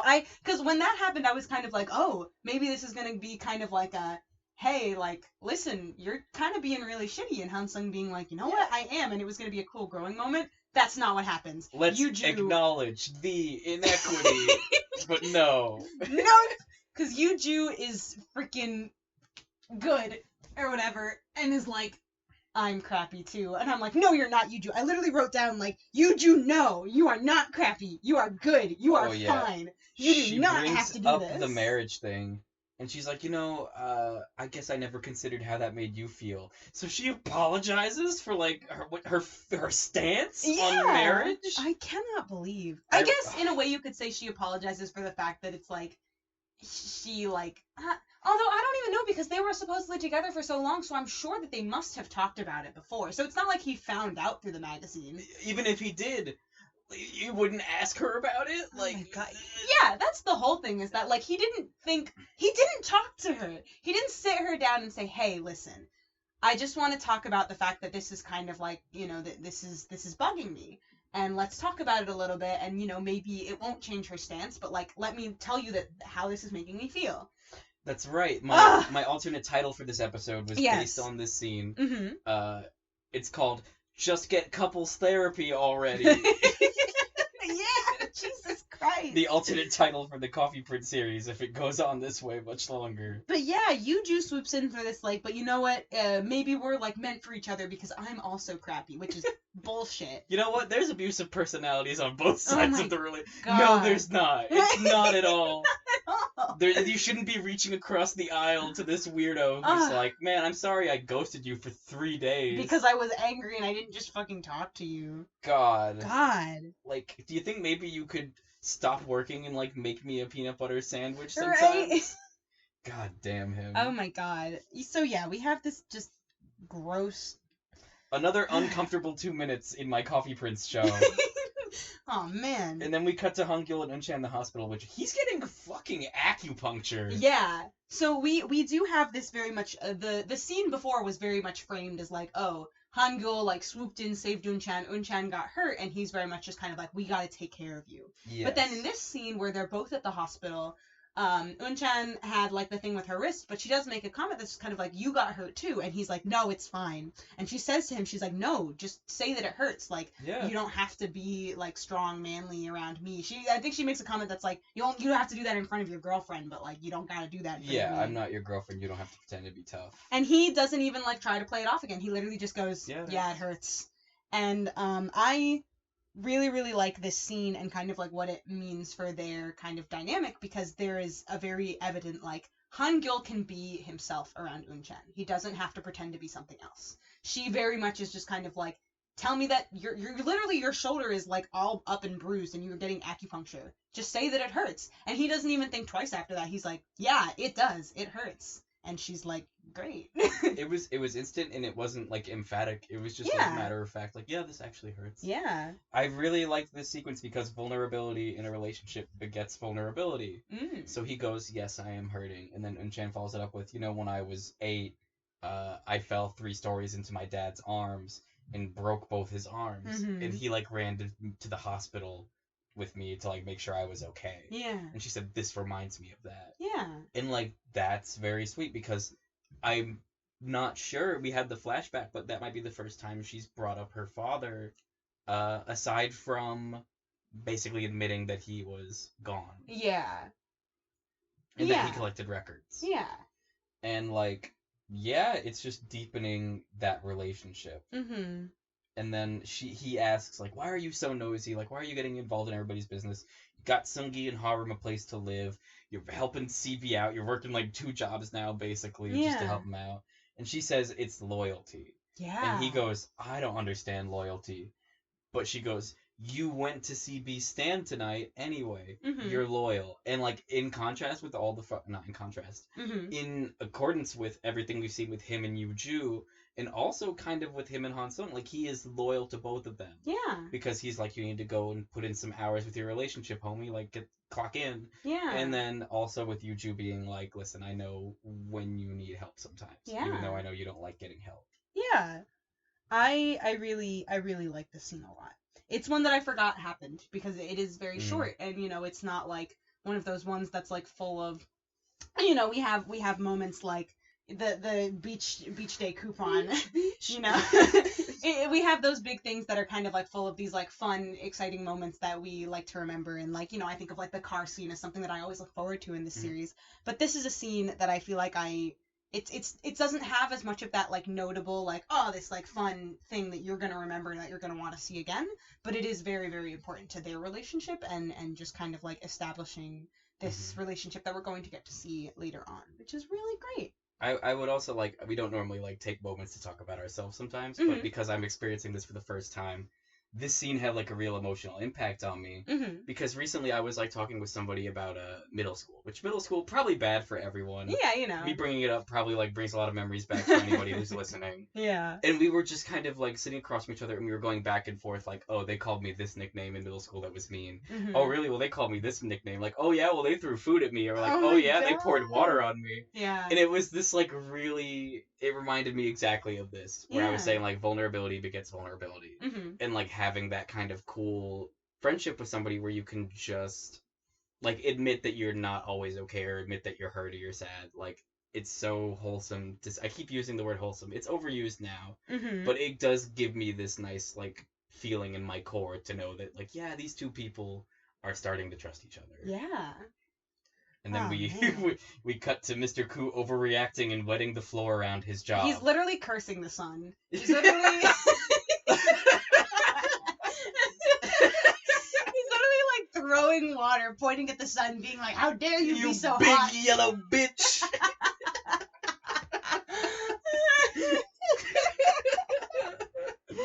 Fucking Oh, hydrogen man. fusing ass motherfucker. Helium ass bitch.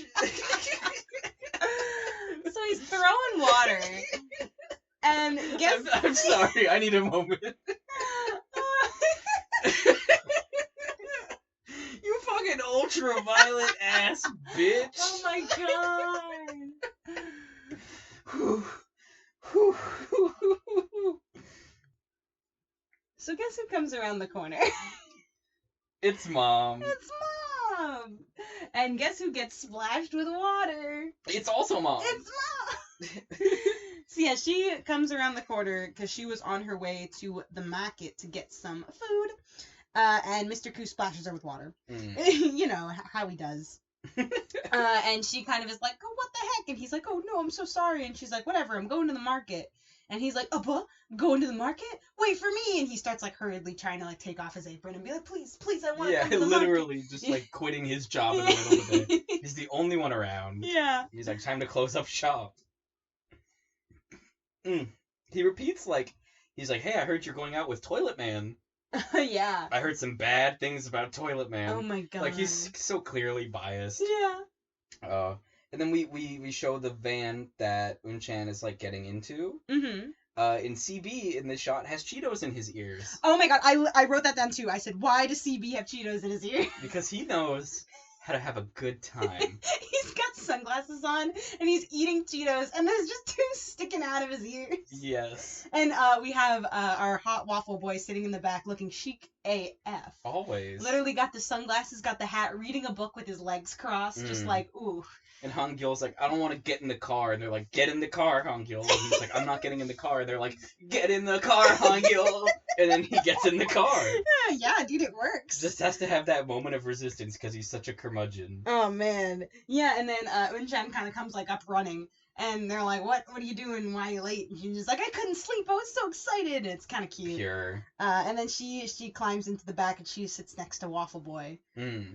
Whew, and it's very good. And so, yeah, so then we cut back to this market because they did, in fact, go to the market. This is like the most clear example of somebody entering a scene at a 10 Yeah. and then staying there until they reach an 11. Because Mama is just like touching some cherries being like, "Oh, are these organic?" Yeah. And the lady's like, "Who cares? Stop touching my products! Get out of here if you're not paying for anything!" And she says, "All right, I will leave." And so she gets to leaving, and Lady goes, "Hold on!" and grabs her arm violently. And is like, "You've got to pay for the things that you've ruined with your hands." Oh my god. And so Mama goes, "All right, here's $1. And the lady goes, "Who do you think you're talking to? $1's not going to cover all these damages." And then Mr. Koo runs up, true knight in shining armor. You know. And he just starts yelling at this lady, and he's like, "What are you, a thug?" And she goes, "Yes, I'm a thug!" So, and then they escape.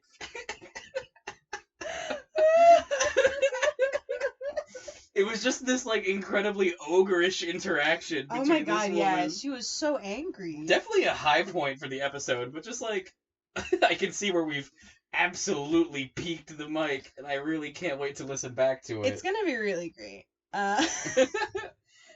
And this is like character development for Mr. Koo, because I was talking earlier about the positions that these people hold their significant others or would be significant others in. Mm-hmm. And Mr. Koo is very similar to CB, or is his character's name Min Yup? Yes. But he's CB to our yes.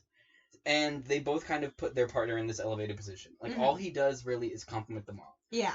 And then... just, like, talks her up nonstop. Really. And until this scene where they're interacting, and he goes, I'm really, like, afraid of every woman except you. I think they were trying to frame it as, like, he's not just some lunatic who goes around yelling at women who run their stores. Like, he was standing up on behalf of Mama. Yeah. And being like, listen, that scared me, but, like, I did it. Yeah, absolutely. It felt like a nice moment. Yeah. Until... oh my god, I wrote this down also. Yes. So, Mr. Koo flirting up a storm, trying real hard to get with Mom. And Mom makes a comment about her late husband. She literally is like, it's times like these where, I miss him, I'm thinking about him, and I miss him a lot. And Mr. Koo decides, wow, you know what the perfect time to ask someone out is? It's when they're a widow who is missing their husband. Hey, you want to go on a date? And she's like, he literally is like, why don't we go see a movie? And she looks at him with the, like, saddest expression and is like, should we? And he, like, literally is like, oh, abort, never mind. Oh, yeah. And he's about to abort because, like, it seems like a pretty obvious red flag, but you're just kind of going in there like, yeah, so sorry about you being a widow and all. You want to, like, go watch the new Transformers? Yeah. And then Eun comes in to make things worse. Of course. She's gotta. She's got her ice cream, the omnipresent, like, treat she's always carrying. She's gotta. And she just kind of is like, hey, Mr. Koo, I can't let a poor man marry my mama. So, like, if you could get rich, that would be nice. She's literally like, you think my mom pretty? And Mr. Koo's like, yeah. And she's like, Kind of makes it worse. She's, like, kind of pimping her mom out a bit. Yeah. Like, in this bit of a grief moment. Yeah. And then Mr. Koo is like, listen, she scares me. Oh, yeah. And I wrote, me too, buddy. And then immediately Mama is like, she scares me all the time. Yeah, he's literally like, sometimes she's scary. And Mama's like, only sometimes? She scares me all the time. Oh, yeah. Oh, man. Good golly. So, so then we cut back to this little road trip that we're having. Carboys. And we start to get this, like, CB's, like, need to take care of Eun Chan and, like, protect her secret and, like, protect her just in general. So, he's a guardian. Eun Chan falls asleep and she kind of, like, is laying with her head rested on Waffle Boy. And Waffle Boy kind of, like, sees it, and it looks like he's about to kind of, like, shove his head out. He's about to, like, smack her awake. And CB is, like, he literally, like, reaches over, he, like, catches her head, and he, like, puts it, makes it so that he's, like, he, like, reaches back, gets, like, a little, like, pillow, or, like, I think it's, like, one of his, like, sweatshirts or something, some kind of something. Yeah. Puts it down for her to lay on, literally is like, there you go. And Waffle Boy is like, dude, what? And he's like, shh, she's sleeping. Oh, he's sleeping, of course. But we know that he knows. Oh, yeah. And Waffle Boy's like, what? And then CB starts, like, taking off her socks and everything, like, literally, like... strange. Making... He's like the ally whose heart is in the right place, you know? But he's doing a bit much. He's going a little hard on it. He's going kind of hard. And then a cool Sunshine song plays, like, when they arrive at this orchard, where Mr. Hong, like, knows the people there, and they're grateful to him because he's brought them free labor. Yeah. So this fun beach trip has turned into, like, an apple-picking fiesta. Supply! Oh my god, yeah. So I actually wrote down how good it kind of was to see this, because we've gotten, like, sprinklings in the past of, like when Mr. Hong was calling people for the coffee, that, like, Mr. Hong has connections, but now we're very much seeing it in front. Like, Mr. Hong obviously has been in his business for a while, and he has made a lot of friends. And so, like, he's talking with his people, and they're very much just kind of like, oh, you know, like, thank you so much for coming out. And he's like, no, of course, like, you've helped me in the past, and, like, I've brought you free labor. Yes. Oh, it's so pure. And once again, we have this, like, this order of descending enthusiasm for what is going to happen, because Harim is like, let's get the heck out. And like Waffle Boy is kind of his constant just kind of like state of what, like, whatever. I don't care. He's the Shadow the Hedgehog of the Coffee Prince team. CB is like top of the excitement train, as he always is, and Eun Chan is kind of close behind him, being like, yeah, you know what, whatever, a little labor. Yeah, I love to work out. And then Han Gyul at the very, very bottom pieces out to go read a magazine, like on the other side of the orchard. I found it funny because I should say interesting, I feel like, because it wasn't like I was laughing. But initially when Ha-rim is trying to be like, let's peace out, like there's no ladies here, there's no beach, let's get out of here. Yeah. And Han Gyul is like, you know what, no, working together can be a good source of teamwork, I think we should stay. And I wrote down, I was like, oh wow, this is the first time that Han Gyul has agreed with Mr. Hong. Yes. This is really great. And then we see that he literally meant, you guys go work. I'm gonna lay here in the sun and get a little tan. God. He only gets there for like a second because some lady comes by and says, hey, I have to use the bathroom. Do you mind watching the apple stand? And he goes, what? No, please, what? And then he ends up at the apple stand. Yeah, he's gotta watch it. And we get this really fun little like montage of like, first someone comes by and they're like, oh, how much are the apples? And he's like, oh, I'm not the owner. This is my Drive whatever. on. Yeah. And then someone comes by and he's like, oh, can I get 2 apples? And Han Gyul goes to get them for him. And he's like, that'll be like $1. And he's like, why don't you give it to me for free? And Han Gyul is like, and then the guy just kind of like rides off, gives an apple to his girlfriend and leaves.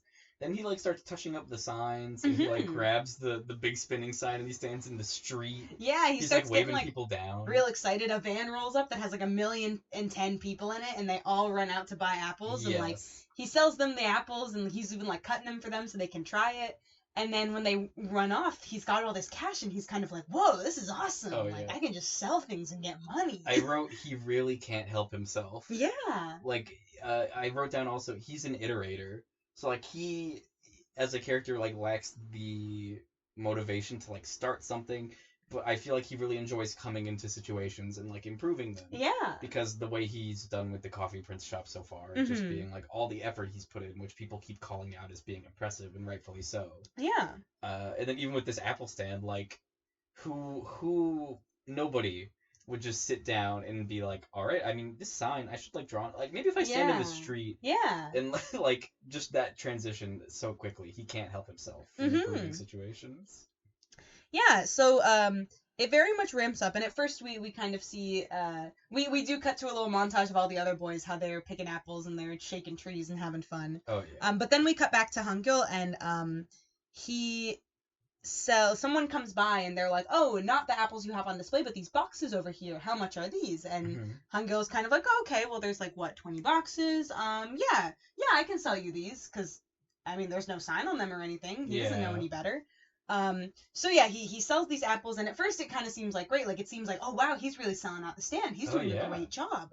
So that happens, but then we cut back to the woman who before left comes back, and she makes a comment, she's like, oh sorry, it took me so long, like my daughter called, and I had to do that, and Han Gyul is like, yeah, no problem, like, you know, he's been having a great time, and then she walks up and she's like, wait a minute, what happened to the boxes who were over here? And Han Gyul is like a little proud of himself. He's like, oh, those I sold them all. And he's like, look at the money. And she's like, you sold them? Oh yeah. Oh no. That was such an unexpected, like, cool twist. Yeah. You never foresee the fuck up in coloring, which is super cool. So then we cut to Han Gyul looking like a kicked puppy, knowing that he did wrong. Yes. And the owner Hold up. Kicked puppies don't do it. Puppies don't do anything wrong. Nobody kick a puppy. They don't know. He was a kicked puppy. He just looks like one because he's like, oh no. Oh. God. Okay, fine. More like he looks like a puppy who just like peed in the house. Ooh. And he knows he did wrong, but he like it wasn't like he did wrong knowingly. Like he was like, I just had to pee. I'm sorry, I know that it was wrong, but I didn't know that it was wrong when I did it. In Allegorian terms, it was a crime of incontinence. Oh. He is the she-wolf. So yeah, he's sitting there. He knows that he did wrong, but also he feels really bad because like he didn't know so at the time. Like he thought that he had done something great, and then he finds out that he actually messed up. So yeah, the owners of the farm though, he's really like he's nice about it. He's very much just kind of like, you know, you didn't know any better. Like, people make mistakes. The owner is more frustrated with his wife. Yeah, he's like, why did you should have pooped faster. You can poop any time of day except for when you have to watch the apple stand. Oh, man. CB immediately, like, turns to Han Gyul. He's like, Mr. Choi, everyone makes mistakes. Oh, yes. Before this happens, yes. they do, like, the owner of the farm, the little orchid is very much being like, oh, you know, like, it's, you know, people make mistakes, it's whatever. And Mr. Hong is like, but, you know, there's got to be something we can do for you. Like, you're going to lose trust with your customer, and, like, we're really costing you something. So then, he's like, well, if you can get, like, 20 boxes of apples. So they decide to do their best to, like, pick the, like, most premium apples and see if they can gather together enough so they can send them off. Yes. So then they start working. So Han Gyul is now, like, working, like, in the orchard with everyone else. Like, they're picking apples. They're doing their best. Mm-hmm. And we do, yes. Then we get to this little scene where they're all kind of, like, talking about it. And I also wrote it down how CB literally turns around and he was just kind of like, hey, everyone makes mistakes. Like, you know, it happens. Like, don't worry. And it's like, oh, who knows better than CB? Yes. Like, ugh. Oh, man. We have the obligatory fun, Eun Chan falls and gets caught by Han Gyul. Oh, yeah, she's got it. They all, like, sing a song together, and CB, flings water at them as they, like, wrap up getting these, 20 buckets. Yes. Or 20, bat boxes? I think. Yeah, they put them in boxes, I assume. Mm-hmm. They're just 20 boxes. But yeah, so they succeed. In the end, they end up getting, basically getting back all the apples that Han Gyul sold so that, the guy can send them off to the customer, because they were supposed to go to a customer, like, the next morning. Yes. Which I don't think we mentioned. But yeah, when he sold those boxes, it was like, those were boxes that they needed to, like, they were one premium, like, apples, and they needed to ship them out the next morning. So it was like, whoa, Han Gyul done messed up. He goofed. So yeah, so then they, oh yeah, so Han Gyul catches Eun Chan, saves her, and she literally runs off going, don't touch me. Yeah, literally, like, go, get off. And then, yeah, they're, like, trying to put all the apples together, and, Harim takes an apple, like, to the head. Like, someone throws one at him, smacks him. Boom, headshot. So then, yeah, they start playing with the water, and then they end up, like, going down to the river. Yes. And then, while everybody's playing in the river except for Han Gyul and Mr. Hong, and they're sitting next to each other, and Han Gyul goes, Mr. Hong, I'm sorry. Yeah. And then, like, Mr. Hong kind of, like, savors it for a second, and he goes, hey, everybody! He's sorry! He's sorry! And then he boots him off. He literally kicks him into the water. It was the most, like, long live the king, like, moment I've ever seen outside of Lion King. But yes, then we have this little montage of them, like, playing around in the water, having fun, bonding. And then we get Harim and Waffle Boy gotta pee. Oh yeah, you gotta pee shoulder to shoulder You know, at the edge of the river with your feet still in the water. just peeing. And CB runs over and he's like, go piss somewhere else, Oh you yeah, because savages. Eun Chan is still, like, in the river, kind of, like, messing around. Yeah. And then CB is like, no, you can't see any dicks. I'm not allowed, not on my watch. So instead they go piss on a beehive. Oh my god, we literally see them, like, walk away onto land, and then we hear just, like, buzzing noises and, like, screaming, and then we cut to CB just, like, covered in like... welts. Oh my god. Oh, it's so bad. And then he gets bad-mouthed in Japanese again. Yeah. So Eun Chan is putting something on his bites to, like, make them feel better.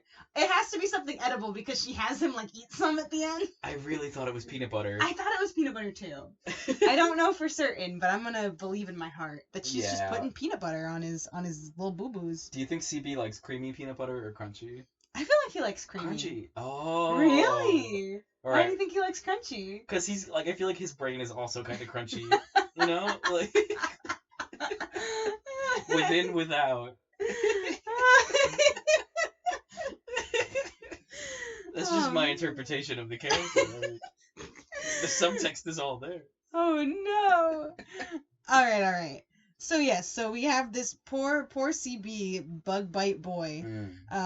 So then they come back to the orchard, and they're sitting there having some beers, they're singing some songs with a guitar. Mr. Hong's got the guitar, he's playing Wonderwall. Yep, he's got it. CB has like a styrofoam helmet on, And Mr. Hong is like Oh singing. yeah, he's got like, it's like the box of like the drinks he The has cooler, just on his yeah. head.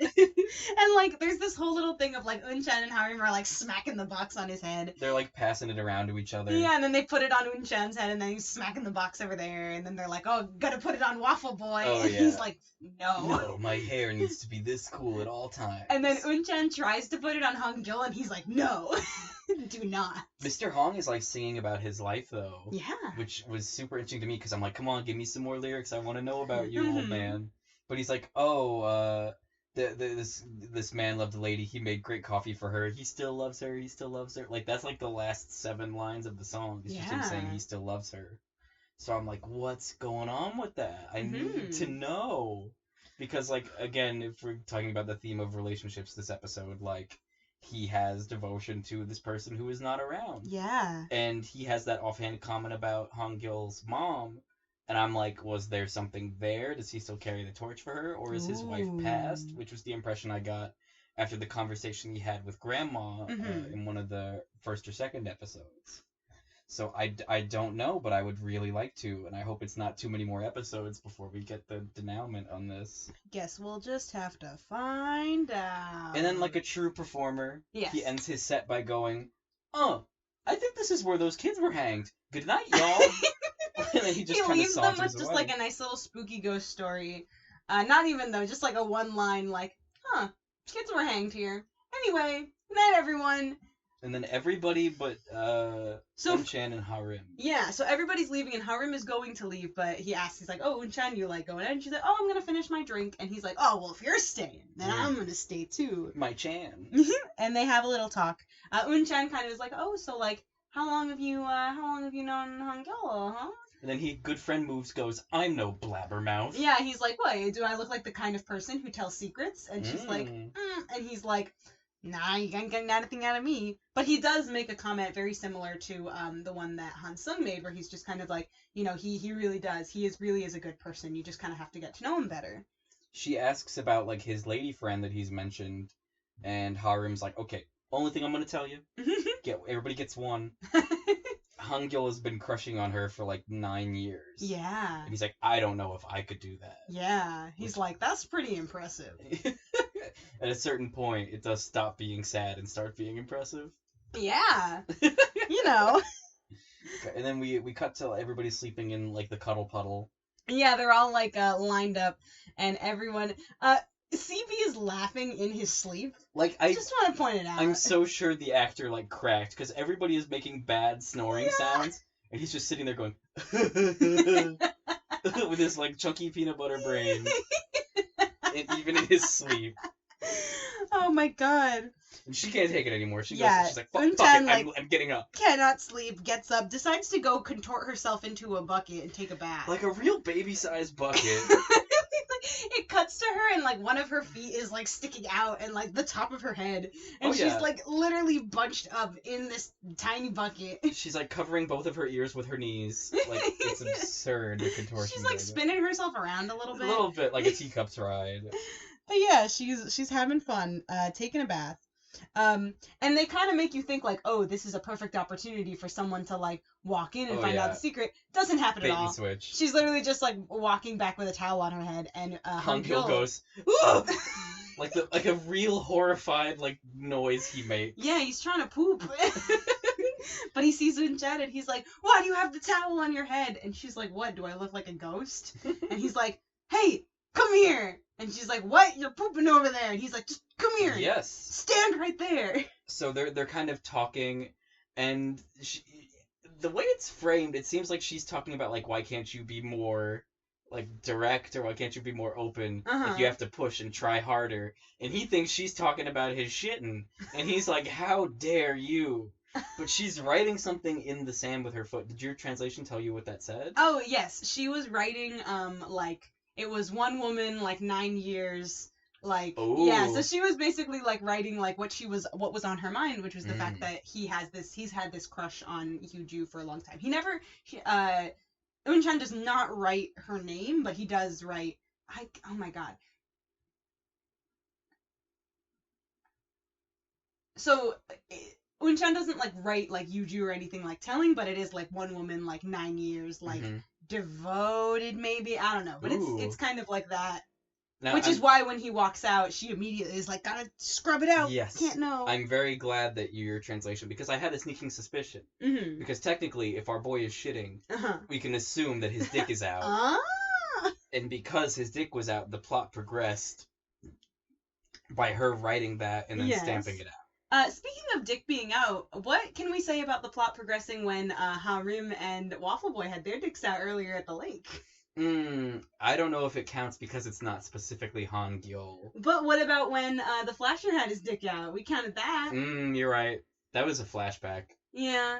You know what? I'll say that kind of counts as a part of the scene where like that was kind of a part of the whole sequence of like Han Gyul saying he was sorry for the first time, and also it was more like CB doing everything in his power to protect Eun Chan. This also goes along with the vulnerability thing from this episode, because he's like, yeah, I'm scared. I can't poop alone. Yeah. Can you stand here while I poop? Yeah. And it's like, oh, it's cute. It's like, you know. And then they end up having a cute conversation. Yeah, so after he's done shitting. He's making shitting noises, too. It's just nonstop immediately. He's going like... He's got a poop. Nobody makes those noises. I don't know. He's constipated. That's acting.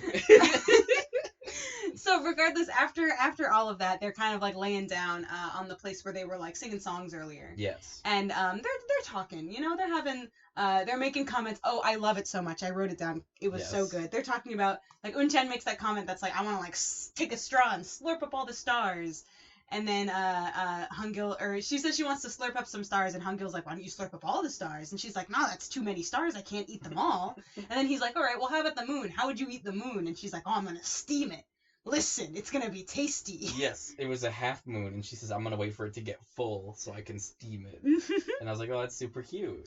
So yeah, they're having this really cute little conversation. Again, she asks, are you going to America in 3 months? And he kind of like doesn't directly answer. There's no yes or no given. He very much just kind of like slides it under the table. Yes, and then the flies start swarming around them. And it becomes hard to ignore, like all these bugs buzzing around their heads during the scene. And then he's like, oh, will this make you feel better? And he literally turns around and he just has Legos. Oh, yeah. And we're like, where did he get the Legos? He took it with him to poop for protection.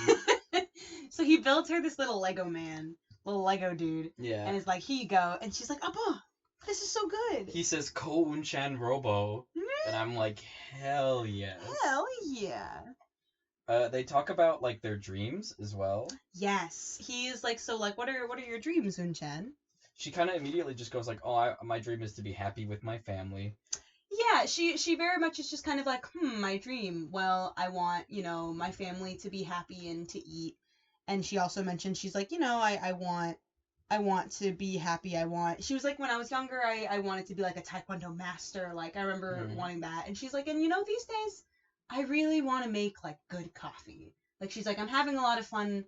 I've been like learning a lot about coffee, and right now I think my goal is to just make really good coffee, which is very kind of like we get this kind of like this overall wanting her family to be happy. She kind of like strays into like, oh, when I was a kid, this is what I wanted, and she doesn't really have like any big like goal that she's working towards, but she has something that she likes right now and that she's found a passion in. Yes. And she's kind of like, this is what I want to do right now. I like this and I want to get better at it. I very much took it to mean that she puts herself passionately to whatever she's doing currently. Yes. Because she's like, when I was working at the dojo, I wanted to be a cool teacher, and now I'm doing coffee, I want to be good at coffee. Yeah. Just like that drive to be good at whatever is going on right now. So then she asks Han Gyul in turn, she's like, well, how about you? Like, what are your dreams? And he's like, I want to do what I want. I want to be happy. Fun, happy I want to, you know, have like a good time. And this scene, I really like a lot. I like this nice little bonding scene. I talked about it earlier on, but like this episode, this scene specifically, as well as the one where they're like in the hospital and stuff, my love for Eun Chan is already off the charts. Yes. I knew that. She's so good. But Han Gyul, I really, really feel like this episode especially just pushes me to that point of like, God damn it, I love these characters. And this is why I love this. I've talked about it before, but I love this show so much because I love these two main characters, both individually for their own reasons. Yes. Like, not even the relationship between them. Like, them individually, I love, which is why I'm very excited to see their relationship grow. Because Eun Chan asks, well, what about your bad habit? Mm-hmm. And he says, I can tell you a million reasons why I like her. And she's like, a million? Really? Oh, God, yeah. And then he goes, well, I don't have a million reasons. I tried not to like her, but I can't help liking her. I can only hope that things will get better. Mm-hmm. And, like, it's really rare for a show to, like, say something that, like, actually nails me in the emotions. Yeah. But, like, this is, like, just a true to, like, life and relationships statement Mm-hmm. that, like, I was pretty much affected by.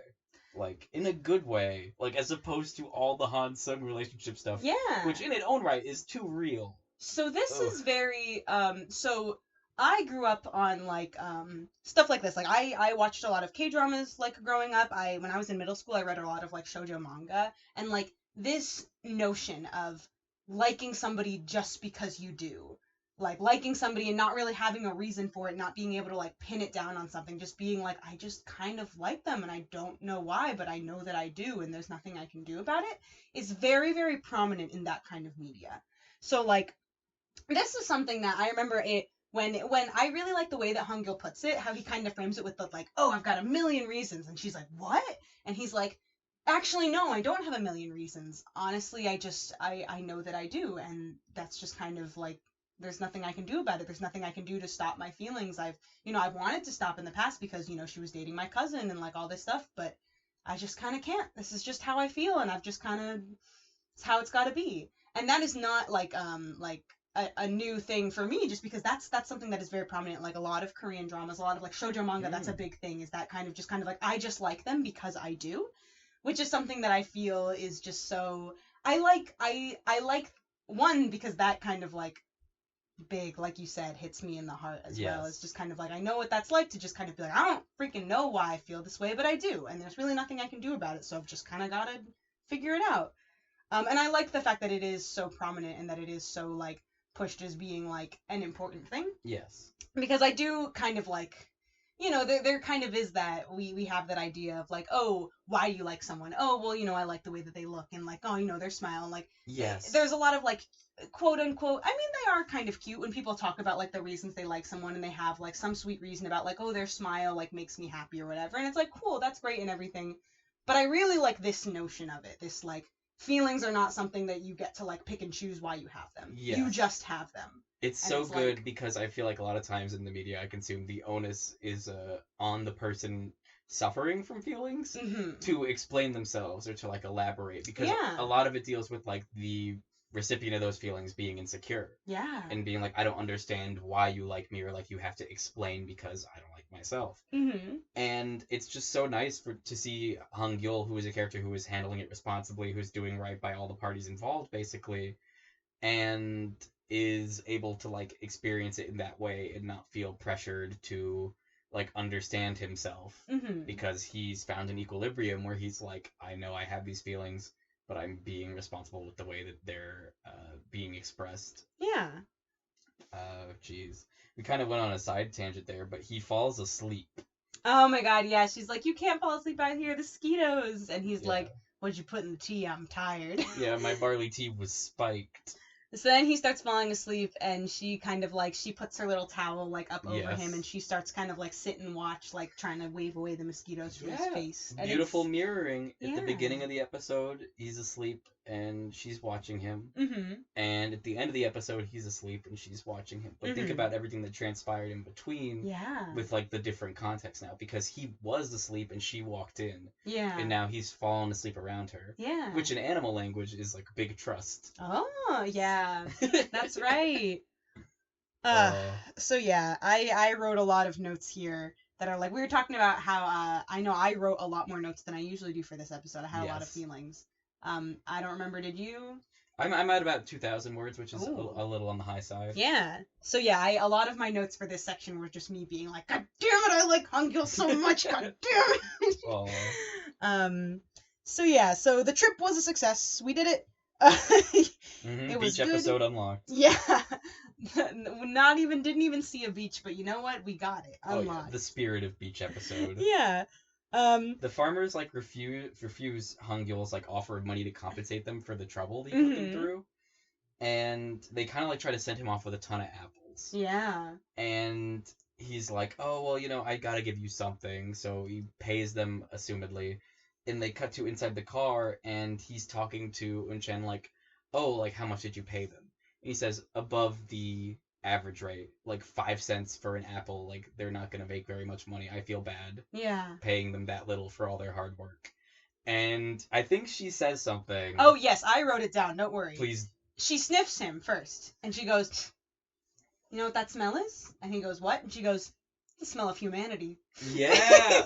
I think in mine she said you smell like a human, which I got the same vibe. Yeah. But it kind of better expression points, I think. Uh-huh. And, like, I was like, this is great. Like, he's learning the value of that 5 cents. Like, the fact that it's specifically 5 cents. Yeah. Which is how much she gets per eye of a doll. Yeah. Which is something that he could not do. Uh-huh. And now he's done this work that he's seen. These two old people don't normally have the 6 of them helping. Mm-hmm. So, like, that he's done this work, he knows the value of it now. Yeah. Which is just good for his humanity in general. Yeah. Not even so much his character, but just his humanity. You know. And then CV notices that Eun Chan is sitting next to a man. And yes. he's like, and he literally dives over the seat, squeezes his way in between them. All the while, they're like, what are you doing? Stop it. What the hell? You're He's sweating? not buckled up. He's literally squirming his way in between them, sitting between them on this, like, 2-seat, like, van row. Yes. Making it 3 people. And he sits down in between them, and then he literally leans over to Eun Chan. He's like, I did a good job, didn't I? And she's like, what the He says, aren't you proud of me? Yeah. And she goes, you smell like sweat. And it's so good because, I'm going to have to check the Wikipedia on this, but I would rule that as a form of kabedon. Like, he doesn't smack his hand on the window and lean over her. But I think the spirit is there. You know what? I'm gonna disagree just because I feel like kabedon is just so, like, aggressive, and he wasn't really, like, trapping her in, more as, like, trying to get her away from this guy and kind of, like, sitting next to her like a big puppy and being like, I helped you get away from the spooky manager, didn't I? I did a good job, right? You're right. As opposed to being like, hey there, You're smack. very right. Fucking. I'm sure there will be kabedon eventually. Oh, there already has been at least once. There's gotta be more. So she's kind of like playing with Robo Eun Chan. Yes, we cut back home and she is in the room with Unse and she's playing with Robo Chan. And she's, you know, she's tied a little, like, cape on it. Yeah, it's like really cute. Cute little toilet paper cape. Yeah. And she's like, why do you have a thing for these old men? Oh my god, yeah, she's like, hey, what? And, like, a couple of lines of dialogue later, and Chan goes, like, it's a habit, I can't help it. Yeah. And, like, the fact that that's the thing she's taken away from these two relationships is interesting. Yeah. So then she tells her mom and her sister that she is going to be going to this art exhibition, which is the next... I believe, like, we cut to, like, next morning. Or that might have been the morning. The pacing speeds up here. Yeah. Because... I think Unse is, like, looking at the camera from the trip. Oh, yeah, she absolutely is, because she's, like, grinning about it. And it's, like, it's because there's pictures of Seunggi on there. Oh, yeah, you know that it's Hot Waffle Boy 100%. Oh, yeah. She just wants to marry him and move into a Waffle House. What can we do? He's hot. But yeah, so then, we cut to this scene of, like, a really interesting, like, camera pan where it, like, pans from Unse to Mom to Eun Chan, and they're kind of making comments that are like, are we gonna be able to do it? Like, I don't know. Is it possible? And, like, Mom is just kind of like, no, we got it. Like, we'll put dress and makeup. Oh, yeah. And it cuts to, like, pans to Eun Chan, and she's just kind of standing there being like, all right. Uh-huh. And then it pans back to Unse and Mom, and they're kind of talking about, like, no matter, like Unse makes a comment that's just like, I told you it wouldn't work, like, no matter what we do. And Mom is just kind of like, no, I don't think it's that bad. And then it, like, pans over to Eun Chan, and she's like, you know, she's wearing a dress, and her hair is fluffed up and pinned, and she looks like a different person. Blue eyeshadow on. It's like this strawberry dress. Yeah, it's a very cute dress. No, she looked great. Like, honestly, I thought it was completely fine, but they were going for the whole, like, we can't polish a turd thing, and I'm like, I don't like it. Yeah. So then we get the inverse of a scene we had in, like, episode 2. Oh, yes. So yeah, I think for me, what kind of like, because I think the dress looked fine. The makeup was very much like red Heavy, lipstick, blue yeah. eyeshadow, kind of like, all right. I think for me it was like the way that they did her hair, since it was just kind of like fluffy and then like pinned and she had like a hard part, Yeah. was kind of being like, we gotta better style that. All she needed was a skateboard. Yeah, really. That would have really completed the look, I think. So then she steps out, and Han Sung comes to pick her up, and he's like, "Hello," and she kind of like walks out. She's like pulling down her dress. She's like, hey, it looks weird, doesn't it?" I tried. And she's like, "I'm sorry, I tried, but I can't. I don't know. It's weird seeing me in a dress, isn't it?" And he's kind of like, "You look unique," and we're like, Ooh. "God damn." Like, the impression I got was like, he was like, okay, and they were gonna go to the art exhibition. Yeah. But instead, we get, like, the reverse. Oh, no. You thought you were getting makeover when we were with Mom and Eun. Yes. But no. Now it's time for real big makeover. Which I want to point out, just because Han Sung is bad and Han Sung doesn't do things as good as Han Gyul. Yep. When Han Gyul does the dressing montage in episode 2 with Eun Chan, he's looking at all the clothes himself, he's like picking things out, and then he gives like a huge variety to Eun Chan to try on. And then with this, Han Sung kind of dumps her on like a salon lady. Yeah. It has like no part in this fun dress up time. While we're pointing out bad things about Han Sung, I do want to highlight the fact that when he was inviting her to the art exhibit, he made straight up the comment that was like, "You can just come as you are, wear whatever you want." So the person that made the choice to like dress up like this was Eun Chan herself. Like she was like, "Oh, I want to like wear a dress. I want to be like a little like girly today." Yeah. But she comes out wearing what she put on, and Han Sung's reaction isn't to be like, "Well, okay, well like let's go to the exhibit." Oh no, he told her you can wear whatever you want and wear what makes you comfortable, and he takes her to go get makeover. No, he's a shitbird because he says, just wear what you normally wear and I'll wear what I normally wear. And I wrote, but you put on a suit for this. And you don't normally wear a suit when you walk sweeper. Listen, I love a makeover scene, alright? I love it. I love that cliche trash shit. I love it. We do. I just hate the way that this one was framed. Mm-hmm. We could have very much have her. He could have very much have been like, "Oh well, you know, if you want like some like if you don't know what to wear, like why don't I like take you so you can like get some stuff, like I'll get you a dress on me." We could have totally framed it like that. Instead, we had this like she got ready herself with her family and she did her best and it wasn't good enough. She was negated. Yeah, like this could have been framed so much better. As much as I love the makeover scene and I love the end result because she looks so freaking cute. She came down the stairs and I was like, are we cutting to Yuju now? Oh like, my god. was so she looks confused. really different. Oh yeah, completely different. I think it's like the longer hair wig they put Oh on. yeah. I did love like that instead of just putting on the wig, they did have the little like, all right, here's one wig, and she was like, what? And she kind of like drags it in front of her face. There's like a couple different wigs like the same length, and then we kind of got a longer one at the end. Yeah. I kind of like her first look better. Yeah.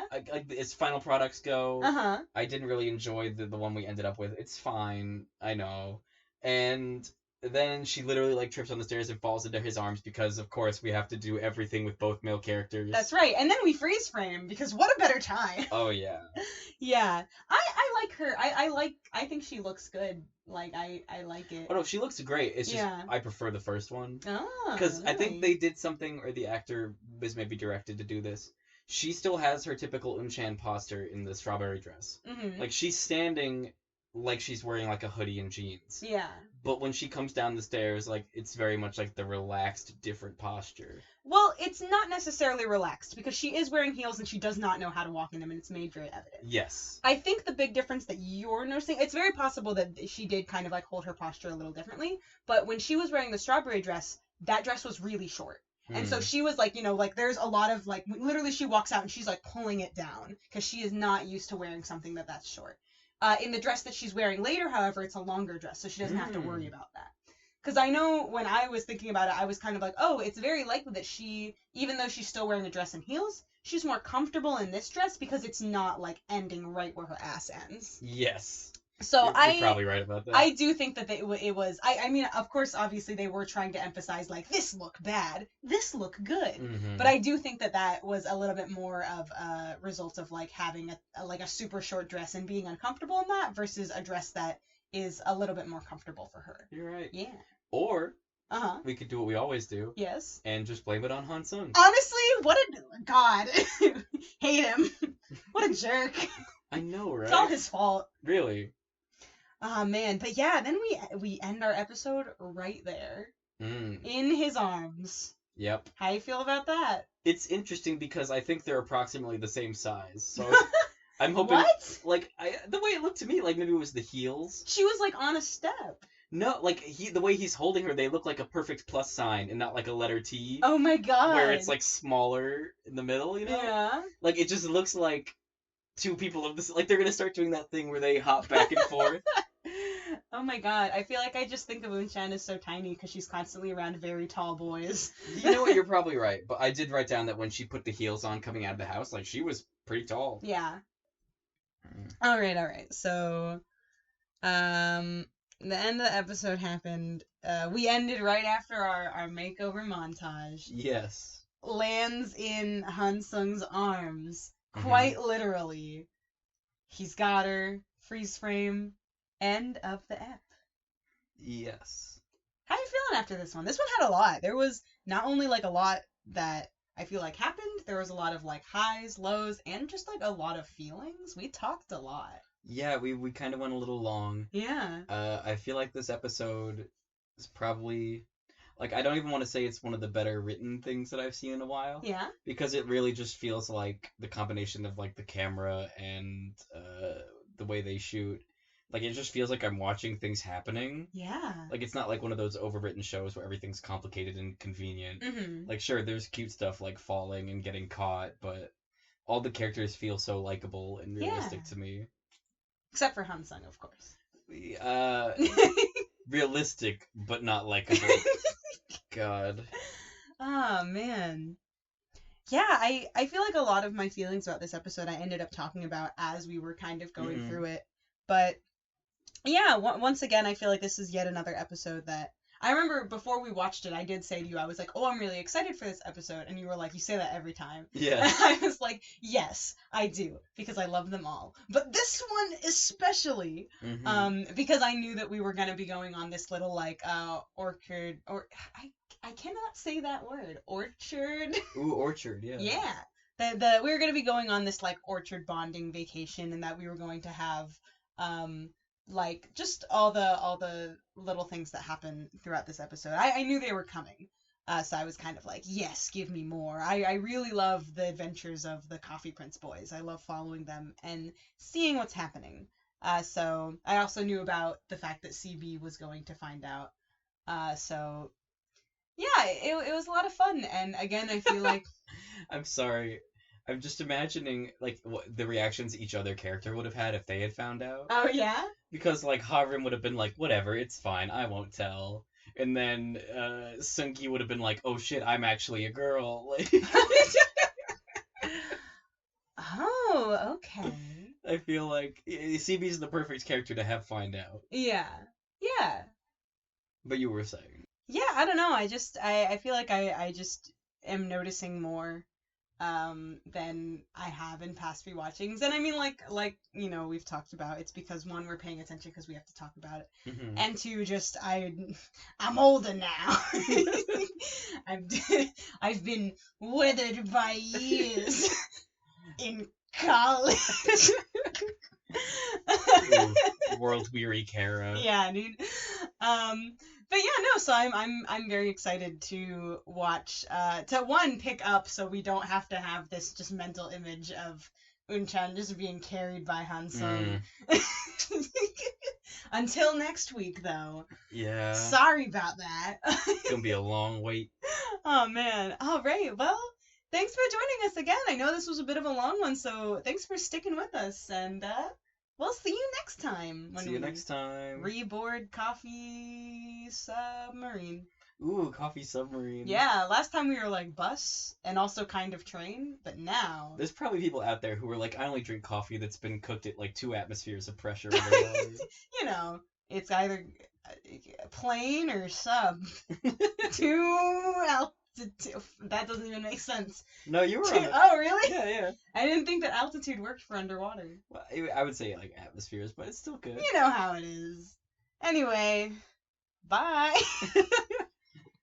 See ya. See ya.